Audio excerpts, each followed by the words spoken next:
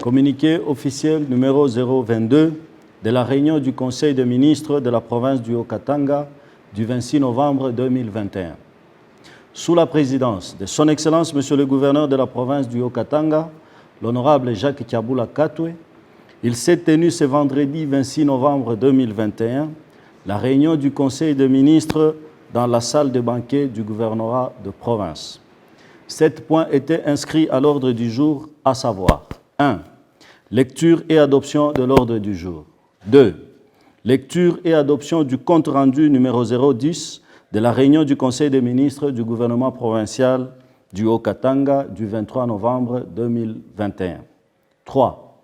Communication de Son Excellence, Monsieur le gouverneur de province. 4. Situation sécuritaire. 5.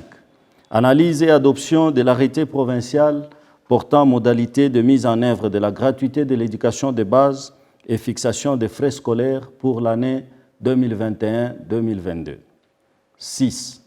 Analyse et adoption de l'arrêté provincial portant fermeture de la pêche pour une durée de 3 mois dans les rivières Luapula, Louvois, Lufira et leurs affluents, y compris les lacs de retenue formés par eux en territoire de Kasenga, Pueto, Kambove, Kipushi, Mitwaba et Sakanya. 7. Divers. 1. De la communication de Son Excellence, Monsieur le gouverneur de province.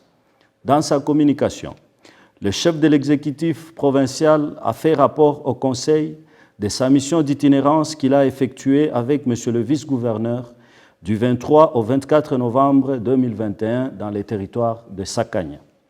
À ce sujet, il a signalé que les tronçons Kasumbalesa-Mokambo, Sakanya-Lukangaba est presque terminé. 120 km sur 150 km sont déjà asphaltés par l'entreprise chinoise CCECC. Cette route, qui était restée plusieurs années dans un état déplorable, a revêtu sa nouvelle robe et elle est à mettre sur le compte de la matérialisation de la vision de Son Excellence, Monsieur le Président de la République, Félix Antoine Tshisekedi Tshilombo, et sera achevée selon l'entrepreneur au mois de mai 2022. Il s'y est de noter que cette belle réalisation a été très appréciée par la population riveraine. Par la suite, le gouverneur et sa délégation ont visité le projet d'adduction d'eau exécuté par la société minière Frontier à Sakanya. Ce projet est dans la phase de matérialisation. La tuyauterie est en train d'être placée et tous les équipements y afférents, notamment le château d'eau, sont sur place. Avant de quitter la cité de Sakanya, le gouverneur de province et sa délégation ont inspecté les travaux de réhabilitation de la route Sakanya-Lonchi. Poursuivant sa communication, le chef de l'exécutif provincial a signalé qu'à l'étape de Mokambo, un transformateur de 315 kVA a été placé.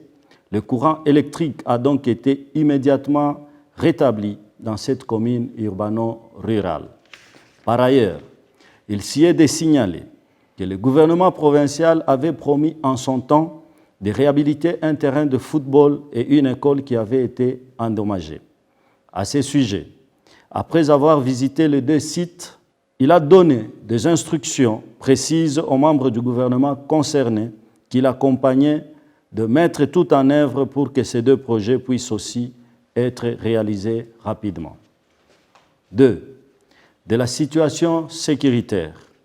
Ayant reçu la parole, le ministre provincial ayant en charge l'intérieur a fait au Conseil l'économie de la situation sécuritaire de la province. Celle-ci demeure relativement calme, nonobstant la persistance des cas de vol par effraction dans les grandes agglomérations de la province, à savoir Lubumbashi, Likasi et Kasumbalesa. Toutefois, il a signalé l'attaque du camp de professeurs de la cité des jeunes de Lubumbashi par des inciviques non autrement identifiés.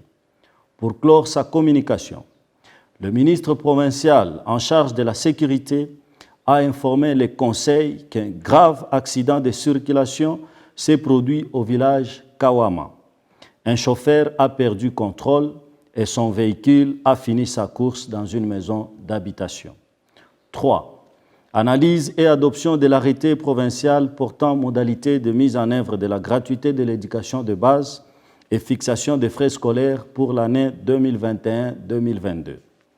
S'agissant du dossier Supra, la ministre provinciale en charge de l'éducation a fait au Conseil l'économie de l'arrêté sous examen. À l'issue de son exposé et après débats et délibérations, le Conseil a adopté les dits arrêtés qui sera soumis à la signature de l'autorité provinciale après toilettage. 4. Analyse et adoption de l'arrêté provincial portant fermeture de la pêche pour une durée de 3 mois.